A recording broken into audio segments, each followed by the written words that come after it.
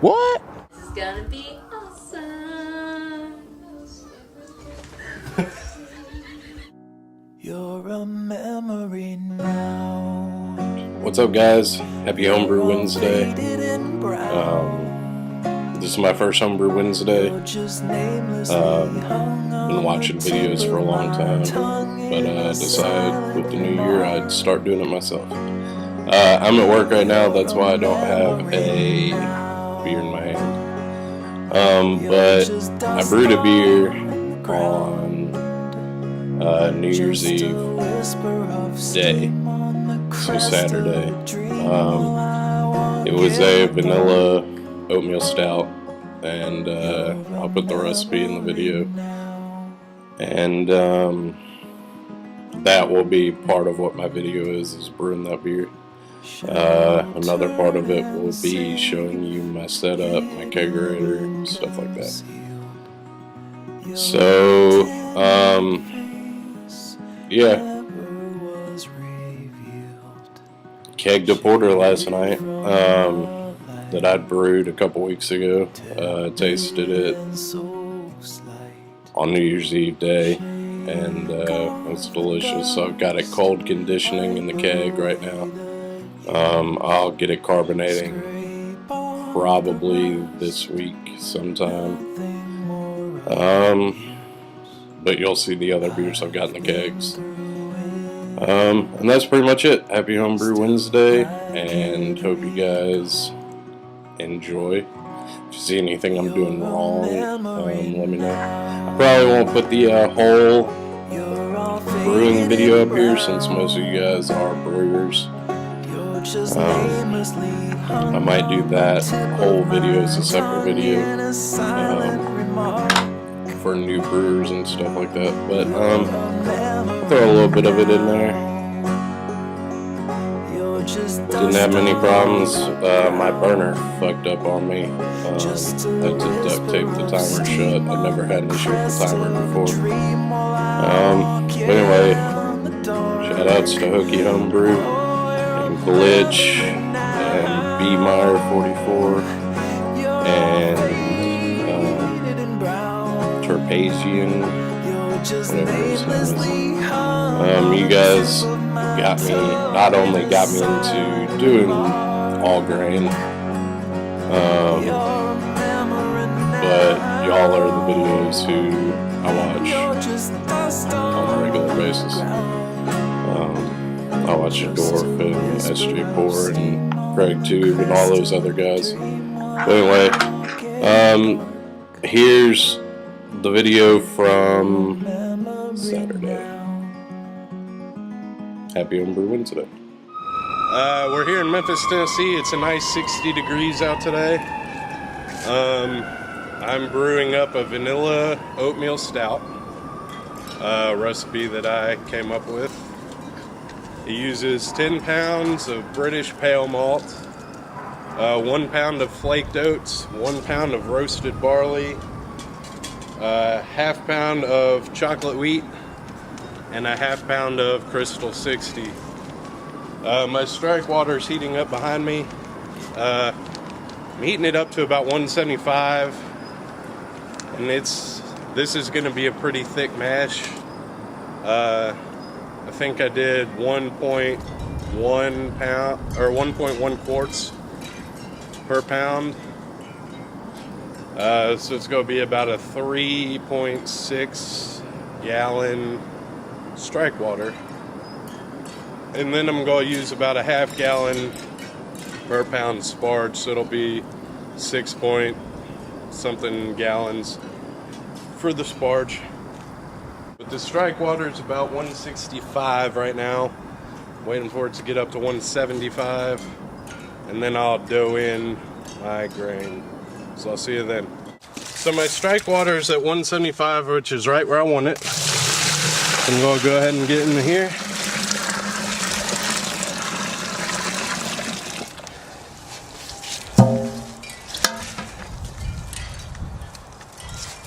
And I'm using 5.2.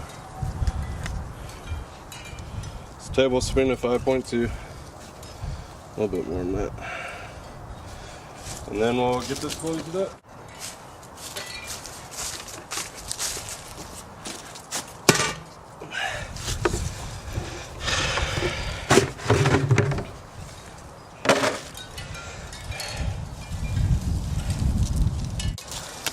So let's get to it.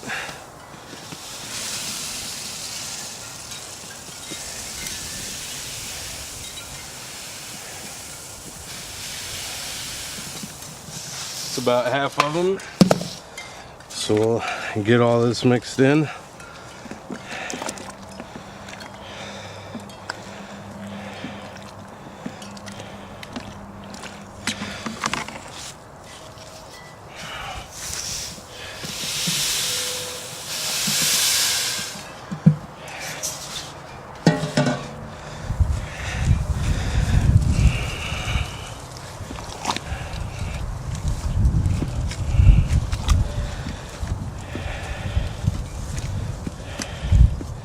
Get it all nice and mixed, make sure there's no clumps.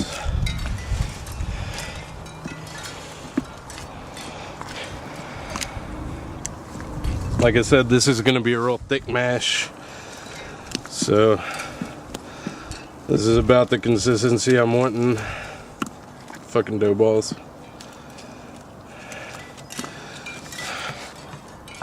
I'm not really sure what temperature I want to shoot for. I think I want to shoot for about a 154.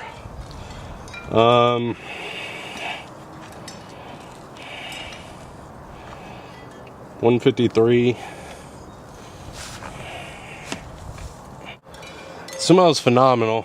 I've never brewed this beer before, but I like stouts and I like vanilla. I apologize for the ghetto setup today. I was actually going to brew on Monday, but I decided to go ahead and do it today. It was a nice day out, and Monday it's supposed to be cold. So we're pretty much good. And I'll let this sit. Yeah, we're at 153, so we're good. I'm gonna let this sit for right at an hour, and then see what happens. This is obviously my kegerator. We'll grab some more of that pale ale.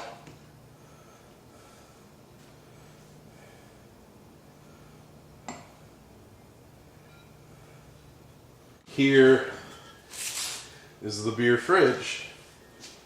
Here's my CO2 tank. I just got a new one for Christmas, but I haven't filled up yet. It's got the dual regulator, because I just got 2 kegs from Santa. Rock on, Mom and Dad. Anyway, this is the pale ale I've been drinking in this keg. In here we have my take on a kind of like a Rogue Dead Guy. Very similar. It's carbonating. When I put it in the keg on Christmas Day, it tasted phenomenal. This is empty. This is one of my little Tap a Draft bottles of my Nut Brown Ale, which is one of my favorite beers that I brew. Over in the door, I don't know what you can see and what you can't, but here's just some of my favorite beers. Got 3 Floyds Alpha King, 3 Floyds Gumball Head, Founder's Breakfast Stout, which I was delighted with, and then this beer, this New Holland Cabin Fever, really disappointed me. On Homebrew Talk, my name is Motley Brews. I'm an off-road enthusiast. I like to take my Jeep up the mountains, and my Jeep's name is Motley Blue. So anyway, so that's that. I've been brewing since July 2011. 4th of July was my first brew. I did about 10 batches extract with specialty grains. I never did any can kits or anything. But I did a lot of extract kits. And then today, I think is my 5th all grain batch. I think. It's either my 4th or 5th. Hey guys, just wanted to give you a quick update. There's 20 minutes left in the mash. It's been holding temp at 153. Just now it was 153.4. So it's lost like 0.8 degrees over the 40 minutes it's been in here. Just started. Switched over to a Founder's Breakfast Stout. It's got a nice head on it. Delicious beer. I don't know if you can see that, but there's a lot of grain particles in here. There's the grain bed. It's getting nice and compacted. So now my Sparge water is just about up to temperature. So I'm gonna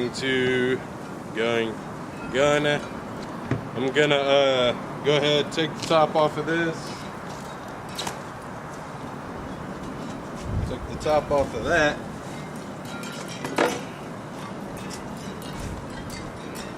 Turn the gas off. I'm gonna put this water into there.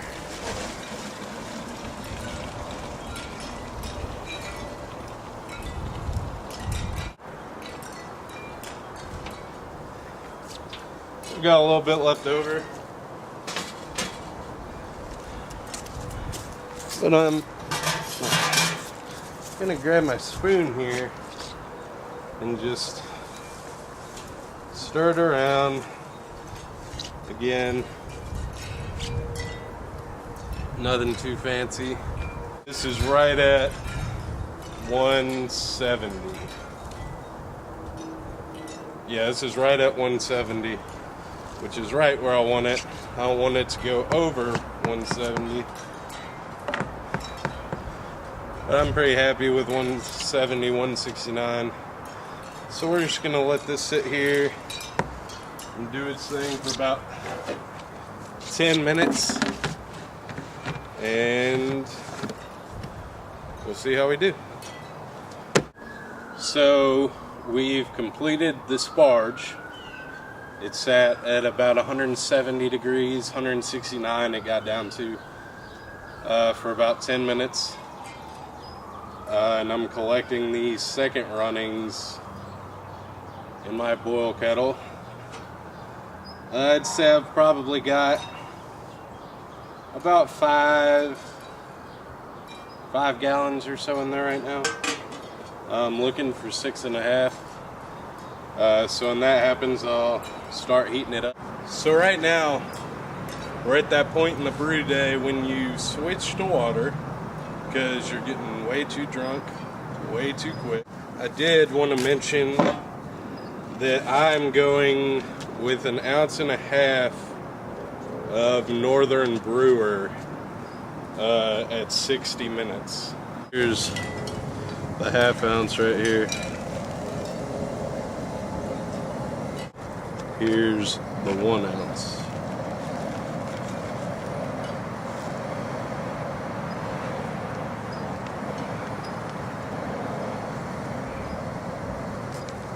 What's up, guys? As you can tell, it's later on in the afternoon. It's got about 5 minutes left in the boil. Put the immersion chiller and the Whirlflock tablet in about 10 minutes ago. I just noticed that the hose, the end hose of my immersion chiller was touching the fucking thing. So that sucks. But it didn't melt all the way through. I got some high temperature hose. And it didn't melt all the way through, so I should be good. We'll find out in a little bit. Hey guys, so here we are. The boil is over. And we're cooling the wort. It's going up here I don't know if you can see this. I'm going to try to zoom in. But that's where the hose started melting. But as you can see, no water's coming out. But the water is going in through there and out right there.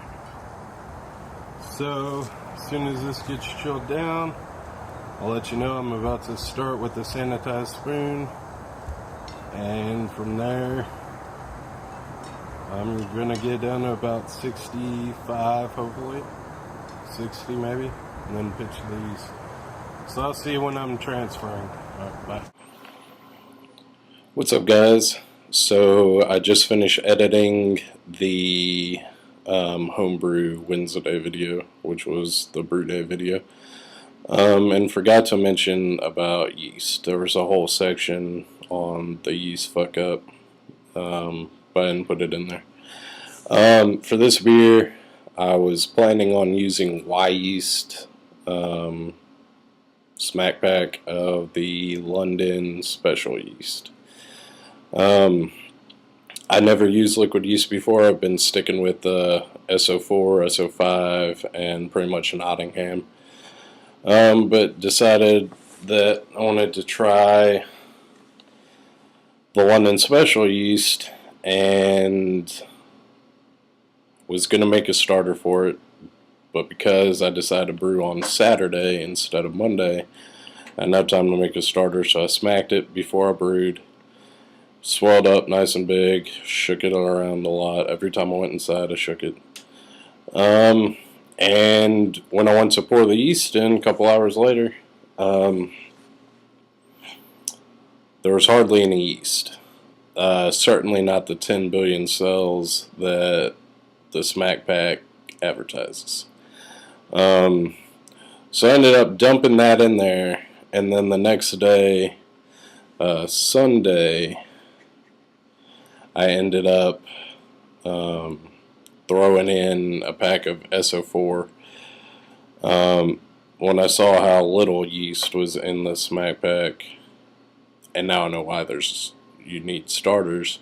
But when I saw how little yeast was in there, I decided to throw some yeast nutrients and yeast energizer in there, and it worked. You could see on Sunday when I opened the bucket to throw the other yeast in there, you could see that there was a little yeast in there, but certainly not enough to complete fermentation, more than likely. So anyway, that's yeast. Next time I'm going to make a starter. But hope you enjoyed the video. It's right under probably 20 minutes long. Sorry about that. My videos won't be that long in the future. So yeah, that's it.